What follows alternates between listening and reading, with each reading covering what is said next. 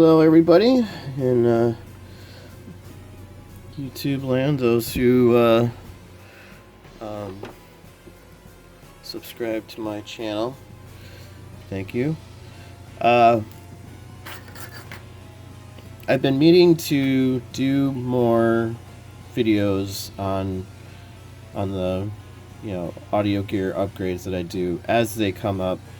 However, it just kind of seems to be the fact that a lot of times, you see, I have a day job that takes up quite a bit of time, and I just I do have enough time to actually do these upgrades and make sure they sound great and make sure that the customer is happy, satisfied.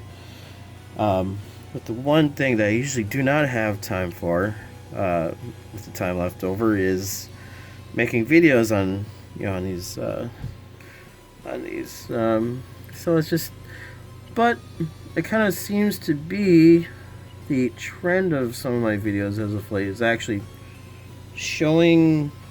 giving you actually some ideas on how to do a few things here and there. So I thought I would continue doing that, and just a little bit of advice, I guess, on I guess more so fair warning is the purpose of this video.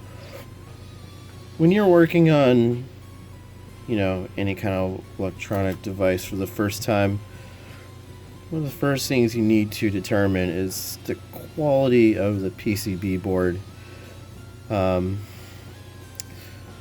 don't remember offhand, the standard mill of poor traces and good traces.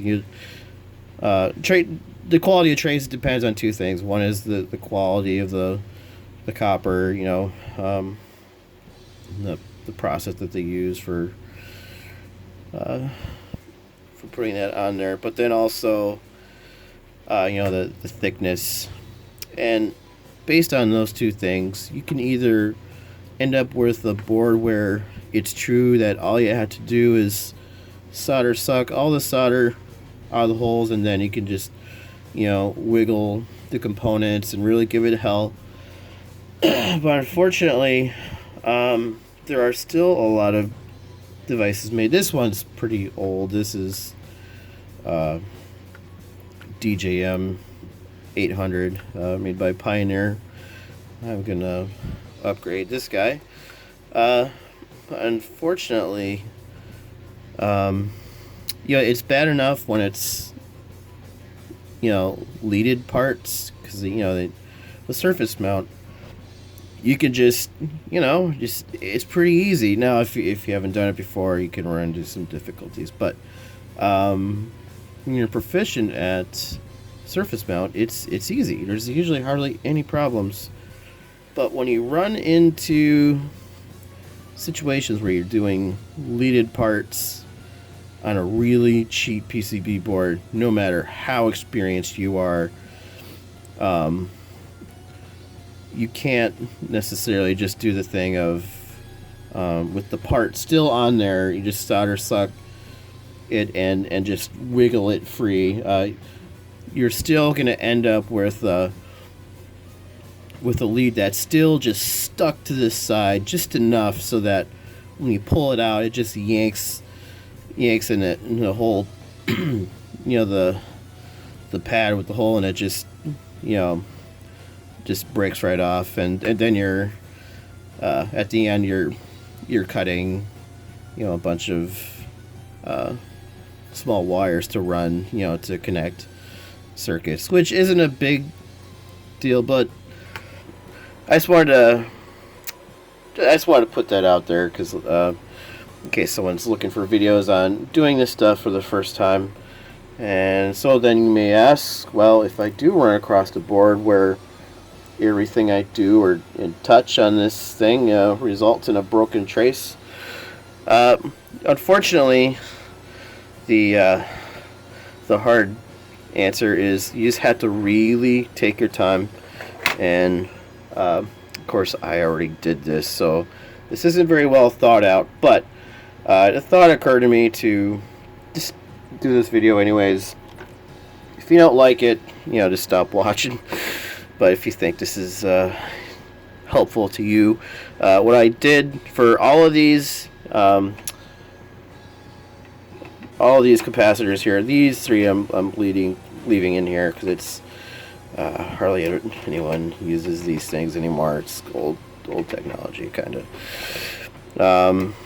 But what I do is I actually cut, with some very fine side cutters here. Just I kind of cut the leads at the base like that. That's the first step. And this part I actually haven't completely done yet. So this is good. Let me see if I can zoom in a little bit.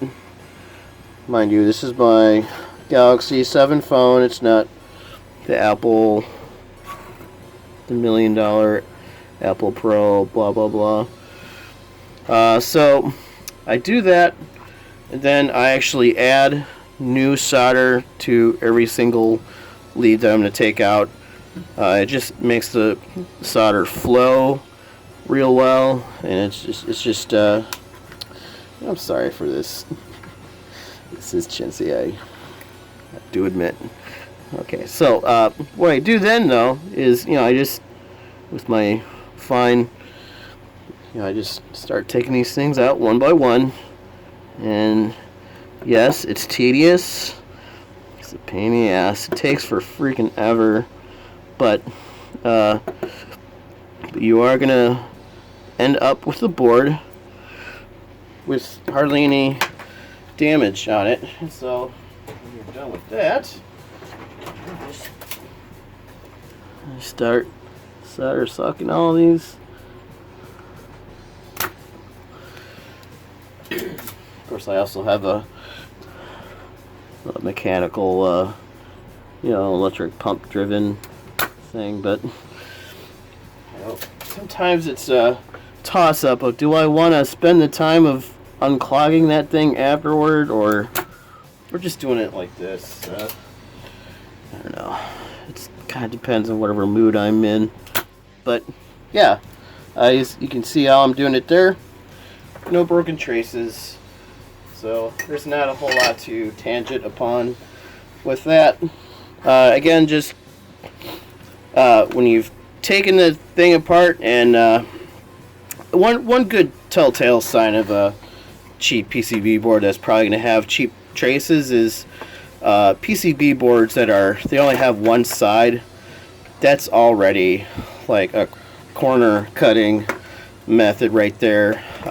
If they really took this thing seriously, it would be a two-sided. This would be covered in ground plane, which would help with a lot of things.